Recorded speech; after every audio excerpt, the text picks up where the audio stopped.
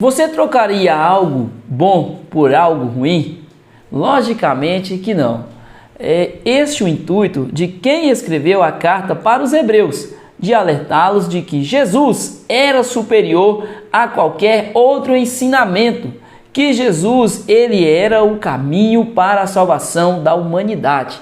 É este o entendimento do escritor aos hebreus, que na Bíblia não mostra quem foi que escreveu, mas certamente era um homem usado por Deus, inspirado pelo Espírito Santo para alertar o povo de Deus, para que o povo se convertesse dos seus maus caminhos e não tivesse ali nenhum outro engano, nenhuma outra teoria, nenhuma pessoa maior do que Jesus, nem tampouco os anjos. Jesus, ele é supremo, ele é superior. Esta é a lição de hoje dos adolescentes, a lição de número 2, que tem o título Hebreus, uma carta sobre Jesus. A leitura bíblica que o professor realizará em sala de aula está em Hebreus, capítulo 1, versículo 1 ao 4, 8 e 9. A mensagem está em Hebreus 1, 2. A mensagem principal. Mas nestes últimos tempos ele nos falou por meio do seu Filho. Foi ele quem Deus escolheu para possuir todas as coisas e foi por meio dele que Deus criou o universo. Então, nós como professores nesta lição temos objetivos para ensinar aos nossos alunos quando aí nós falaremos desta carta maravilhosa. Apresentar primeiramente uma visão panorâmica da carta aos Hebreus, trazer um entendimento panorâmico para os nossos adolescentes, explicar como Deus se revela, como que Deus se mostra, como que Deus se revela para nós. E também apontar a superioridade de Cristo em relação aos anjos, a Moisés e a Arão. Então, esta pergunta que eu fiz logo no início é uma pergunta que nós poderemos começar a nossa aula, perguntando aos nossos adolescentes se eles trocariam algo bom por algo ruim. Quando o autor da carta aos Hebreus escreveu sua mensagem, ele queria informar uma maravilhosa notícia. Jesus é perfeito, completo e melhor do que tudo o que já existiu. Este foi o intuito do escritor da carta para os irmãos, aqueles que estavam convertendo, aqueles que estavam ali reunidos para buscar a Deus. Então, após Jesus morrer na cruz, ele se tornou o único caminho para o homem. Agora Jesus é o sacrifício perfeito. E todos que ali estavam, assim como é nos dias de hoje, precisariam apenas se arrepender dos seus pecados, confessá-los a Jesus e aceitar como único e suficiente Salvador de suas vidas. Esta era a mensagem principal desta carta e de todas as outras também, né? O amor de Jesus, porque tudo aponta para Cristo Jesus e não é diferente aqui na carta aos Hebreus. A carta aos Hebreus. 1.1, no caso, você sabe quem escreveu esta carta? Você sabe? Eu não sei. A Bíblia não fala.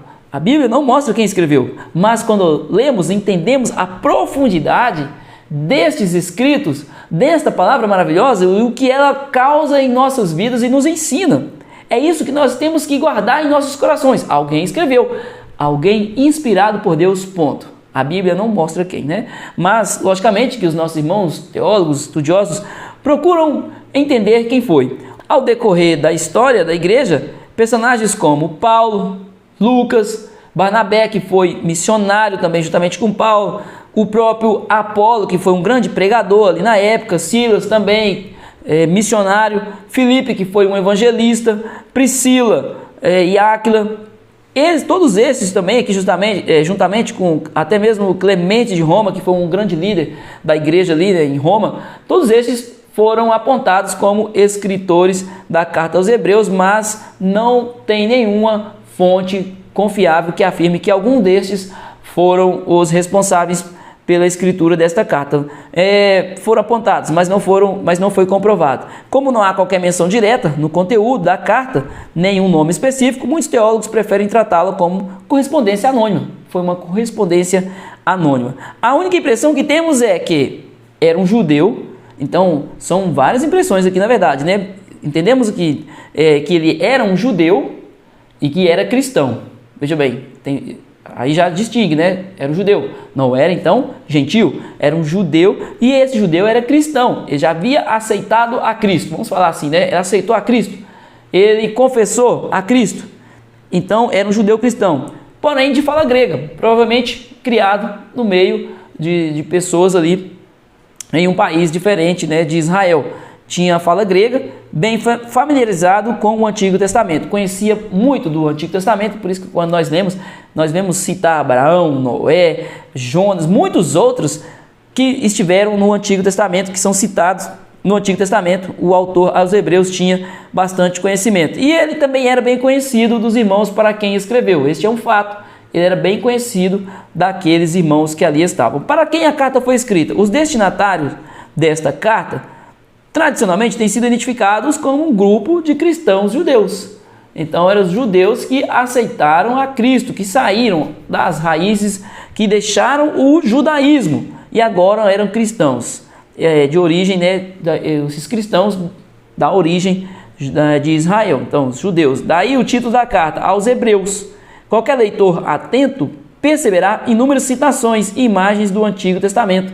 Quando nós vemos, como eu citei agora há pouco, a carta aos Hebreus, vemos muitas citações, mas ele deixa bem claro também a obra de Jesus Cristo, que Jesus Cristo é superior a todos estes. Porém, não é possível confirmar onde esses hebreus viviam, pois o autor não informa. Mas alguma hipótese que aponta na direção da cidade de Roma. É uma das hipóteses. Tem até uma passagem ali na qual ele cumprimenta os irmãos, os da Itália vos saúdam. Mas, mesmo assim, não dá para poder comprovar com toda certeza que esses irmãos estavam ali naquela região. 3. Afinal de contas, por que a carta foi escrita? O texto da carta indica que esses judeus cristãos estavam sofrendo perseguição e pensavam em abandonar a fé de Cristo, a fé em Cristo, e voltar à prática do judaísmo. Eles estavam sendo perseguidos, porque à época o cristianismo foi perseguido, assim como é nos dias de hoje, mas antigamente era o caminho para eles, que eles viam de alternativa, era extirpar o cristianismo, cortar ali pela raiz. Este era o desejo daqueles povos ali, principalmente, né, os judeus praticantes do judaísmo. Então, quando nós vemos muitos daqueles que escreveram as cartas, escrevem justamente para fortalecer os irmãos diante destas perseguições. O apóstolo Paulo, Pedro também, Tiago, todos eles escreveram cartas com esse sentido. Sim, com muitas aplicações ali, pontuais, para as igrejas, para os irmãos que ali estavam, mas sempre exortando a fé.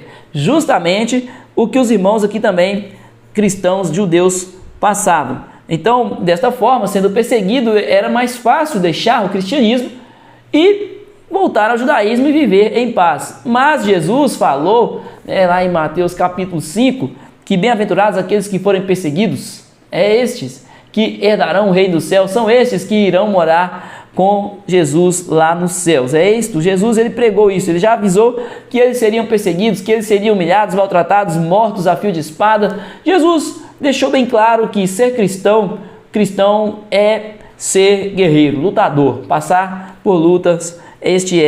Esta é a nossa jornada. O autor, como um verdadeiro pastor, exorta e encoraja os leitores a permanecerem fiéis a Deus e a não se desviarem. É exatamente o que um líder deve fazer, né? Ele deve chamar a atenção daqueles que ali estão reunidos a perseverarem, continuarem. E é isso que nós devemos falar para os nossos alunos também em sala de aula. Persevera, que os nossos adolescentes possam perseverar, possam continuar na caminhada, buscando ao Senhor, não se entristecendo. São as afrontas que farão eles pararem? São as pessoas que brincam com a fé dele quando eles estão na escola? Não, negativo. Todas essas pessoas estão sendo usadas pelo inimigo. O inimigo faz isso para entristecer-nos, mas Jesus nos garante vitória, nos garante a paz, o Senhor garante que essa situação mude. O Senhor ele muda, contorna, ele nos ajuda a passar por cada uma dessas provas. Nós devemos alertá-los. Eles estão em uma fase de crescimento, e de crescimento de todas as formas, né? Não só físico, mas espiritual, psicologicamente, o convívio em sociedade, momentos de dúvidas, momentos de incertezas e muitas vezes questionamentos.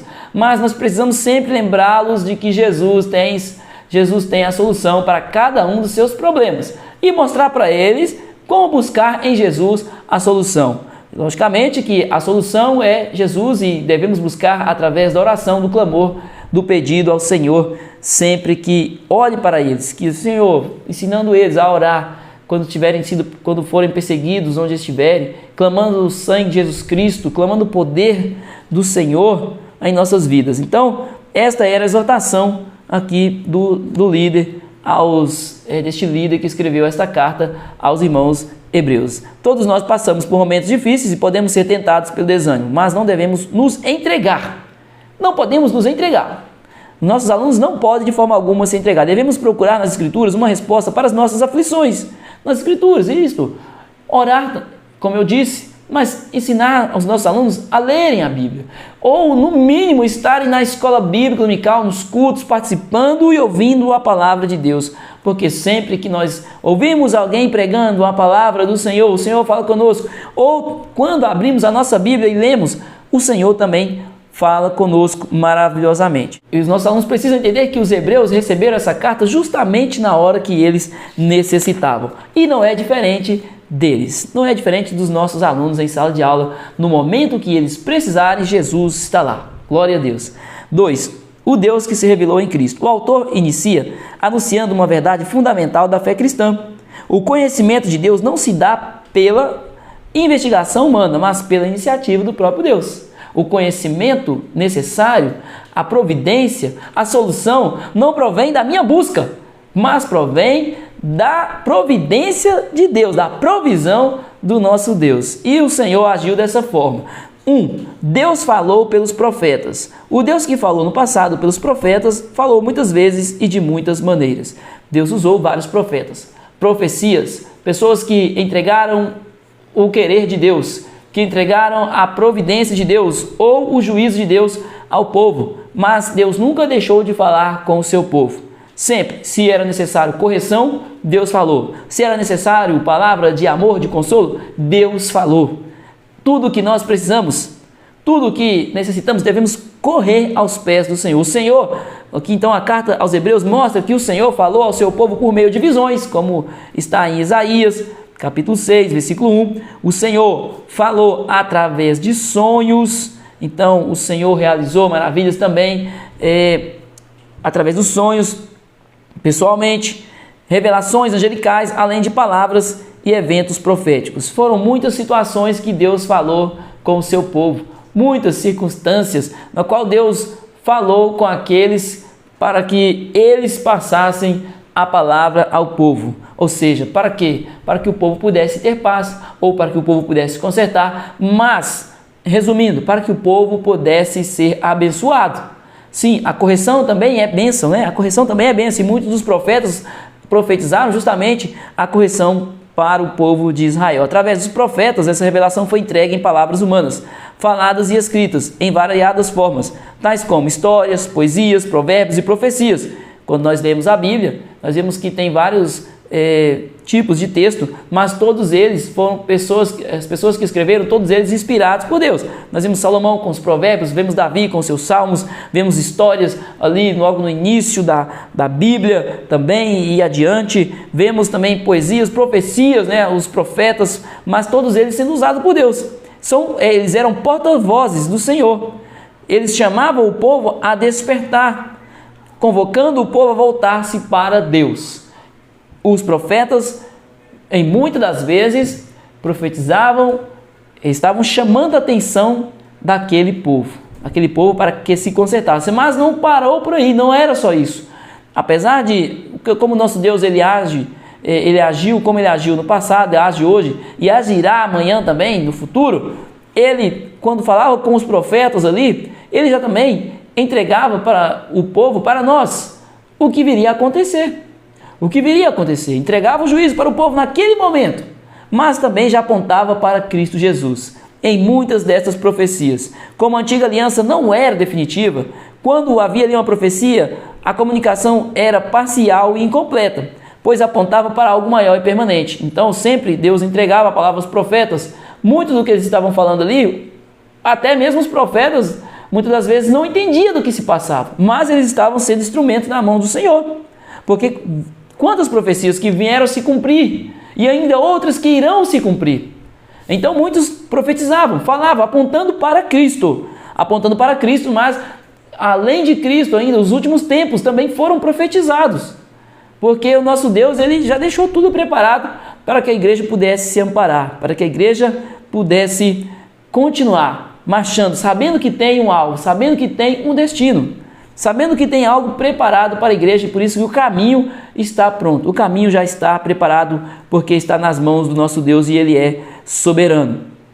Então, aquilo que o profeta, aquilo que aqueles não entendiam, estava, na verdade, revelando o próprio Cristo. 2. Deus falou pelo seu Filho. O Deus que falou no passado continuou se revelando, porém agora de forma plena e definitiva por meio de Jesus Cristo, seu Filho. Jesus é a revelação visível do Deus invisível.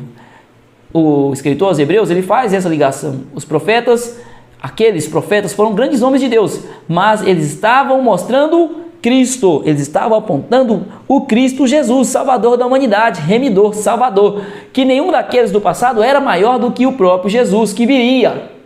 Este é o ensinamento, a ligação dos fatos desta carta maravilhosa aos Hebreus. Então, e definitivamente ele mostra que Jesus é a revelação de Deus, que Jesus é a salvação. Cristo morreu na cruz, cumpriu a sua missão e agora oferece a salvação a toda a humanidade.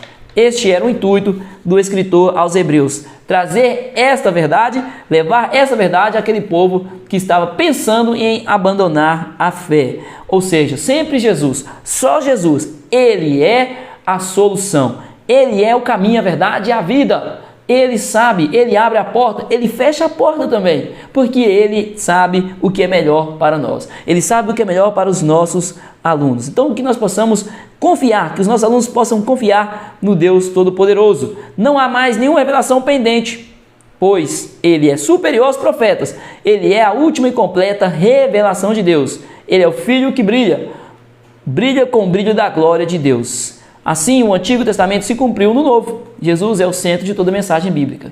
Interessante que ali a carta aos Hebreus fala da Antiga Aliança quanto da Nova Aliança. Que a Antiga Aliança apontava para Cristo Jesus. O que era feito, o que era realizado no passado, o que acontecia muito ali na época das igrejas, que muitos que convertiam estavam sendo induzidos a viverem, além de converter a Cristo, que também pudesse adicionar a este sacrifício, a obra redentora de Cristo, práticas humanas, como por exemplo a circuncisão e outros rituais que os judeus tinham. Mas fica bem claro ali, quando o escritor escreve aos Hebreus que era necessário, que não era mais necessário viver daquela forma, que agora Cristo, ele era a nova aliança e mostra para eles o que era necessário fazer para obter a salvação, que agora era simples, que estavam no tempo da graça. 3. A superioridade de Jesus Cristo. Jesus é superior aos anjos. Jesus, ele é superior aos anjos, né? Que fique bem claro, Jesus é superior a qualquer profeta, qualquer do passado, qualquer teoria, qualquer movimento. Jesus é superior. Ponto final. Mas alguns acreditavam que os anjos eram superiores a Jesus. Então, o autor vem esclarecer isto. E é bom nós esclarecermos isso também para os nossos alunos, né? Tem religiões aí que valorizam muito anjos, mas Jesus, ele é o único mediador, é ele entre Deus e os homens. O autor apresenta um contraste entre os seres angelicais e Jesus Cristo, a fim de comprovar a superioridade do Filho de Deus. Deixa bem claro que os anjos são mensageiros. Os anjos são mensageiros de Deus. Jesus é o Filho de Deus. Aí já fica bem claro para nós. Os anjos são adoradores. Jesus é adorado. Jesus é o adorado. Os anjos adoram. Adoram quem? Adoram Jesus. Eles são criaturas. Jesus é o Criador. Como está lá em João capítulo 1, né, que no princípio era o Verbo, e o Verbo era Deus, e o Verbo estava com Deus. João capítulo 1, versículo 1. Jesus já estava lá no início de todas as coisas, ele já era Deus. Ele já estava lá, então ele é Criador. Os anjos são servos. Jesus é Rei e Senhor. Ou seja, os anjos são servos de alguém. Quem? Jesus, porque ele é Rei e Senhor. Então, ponto final. Nessa história, o escritor aos Hebreus deixa bem claro isso. Jesus é superior a Moisés. Moisés foi um grande líder do povo de Israel. Sim, Moisés foi um grande líder e aquela passagem ali na qual ele liberta, aquele grande ato mesmo, né, quando ele liberta o povo das mãos dos egípcios, na qual eles ficaram mais de 400 anos ali escravizados, remete ao sacrifício de Jesus Cristo, que veio para libertar toda a humanidade. Portanto, Jesus é superior a Moisés. Moisés libertou o seu povo ali, em torno de 600 mil homens ali, ou estima-se com crianças e mulheres, 2 a 3 milhões de pessoas. Jesus libertou Jesus ele dá liberdade a toda a humanidade, a todos aqueles que quiserem. Está aí, está posto, está preparado. As mãos, o Senhor está de braços abertos para receber todos aqueles que quiserem. Se 7 bilhões de pessoas na terra quiserem essa salvação, basta aceitarem a Jesus como Salvador. Basta realizarem o ato de arrependimento, confissão, e assim serão salvos. Então Jesus é maior do que Moisés, também deixa claro isso o escritor aos Hebreus. A superioridade de Jesus Cristo em relação a Moisés se justifica pelas seguintes razões: porque o construtor é maior que a casa. Cristo é maior, pois é fundador e dono da igreja. Moisés não criou a lei, apenas transmitiu ao povo. Moisés falou das coisas que Deus ia dizer no futuro, mas Jesus tornou essas coisas realidade. Jesus, ele escreve o seu desejo em nossos corações. A ordenança de Jesus, que é amar a Deus, que é amar o próximo, que é os frutos do Espírito, tudo isso está gravado no coração do cristão por Jesus Cristo. E nós sabemos o que fazer, porque nós temos a ação do Espírito Santo em nossas vidas. Então Jesus, ele é o sacrifício perfeito, ele foi o ato perfeito para todos nós. Jesus é superior aos sacerdotes. Logo após a saída do povo hebreu do Egito, Deus escolheu os homens da tribo de Levi para atuarem exclusivamente no cuidado do tabernáculo. Então, os homens da tribo de Levi, eles cuidavam daquilo que era sagrado, daquilo que era do Senhor, de tudo aquilo, do tabernáculo e posteriormente do templo. Então, havia um povo ali especial para cuidar de tudo isso que era necessário ali para que o povo buscasse a Deus, aquele local que era o local da presença de Deus. Não que Deus habitasse somente ali, né, naquele local. Deus está em todo lugar, mas para que o povo era o local onde o povo buscava a Deus, determinado para que o povo buscasse a Deus. Deus escolheu os descendentes de Arão, irmão de Moisés, para serem sacerdotes segundo a ordem de Arão. A carta aos Hebreus deixa bem claro que Jesus, ele é o sumo sacerdote poderoso, ele é o grande sacerdote. Jesus, ele é suficiente. Jesus, ele agora todos precisam ir até ele, porque ele é o caminho. O caminho para a remissão do pecador não é mais o tabernáculo, não é mais o templo, é Jesus, somente Jesus. E este caminho, ele é um caminho espiritual, é um caminho da alma até Jesus. E antes era algo que o homem tinha que trilhar, um caminho que o homem tinha que trilhar até aquele local. Então, veja toda essa simbologia, todo esse entendimento, tudo que representava ali o tabernáculo, o templo. Quando Jesus morre na cruz, o véu do templo se rasga, mostrando que agora todos têm acesso livre a Deus, que não precisa mais viver naquela circunstância. Então, é este o intuito do escritor aos Hebreus, levar esse entendimento àqueles irmãos, os irmãos daquela igreja, exortando eles a continuarem firmes na fé. Não devemos colocar nossa confiança em pessoas, mesmo que elas sejam grandes servas de Deus.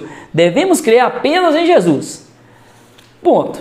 Apenas em Jesus. Lembre aos alunos em sala de aula que eles precisam depender de Jesus. Que não é pregador A, pregador B, cantor A, cantor B. Não é nenhum grande homem, não é nenhum grande líder. Somente Jesus. Somente Jesus. Somente Ele é o nosso espelho e Ele falou para que possamos copiar o seu exemplo. João 13,15. Porque eu vos dei o exemplo, assim como eu vos fiz, façais vós também. É o que Jesus espera da sua igreja. Amém? Que Deus abençoe. Em nome de Jesus, essa carta é realmente uma carta maravilhosa e nós estudamos um pouquinho aqui, né? Uma visão panorâmica, mas quando aprofundamos nesta carta, nós temos mais alegria ainda de saber que Jesus é tão bom e maravilhoso. E eu preparei uma dinâmica aqui para que o professor consiga interagir com seus alunos em sala de aula de uma melhor forma e que eles captem assim ainda mais o conteúdo que foi ensinado. O título da dinâmica é Fé que não desiste, e ela está baseada em Hebreus capítulo 11, a galeria dos heróis da fé. O objetivo desta dinâmica é ajudar os adolescentes a entender que a carta aos Hebreus nos ensina a perseverar na fé, o que? Continuar confiando no Senhor, confiando em Deus, mesmo sem ver, como fizeram os grandes heróis da Bíblia.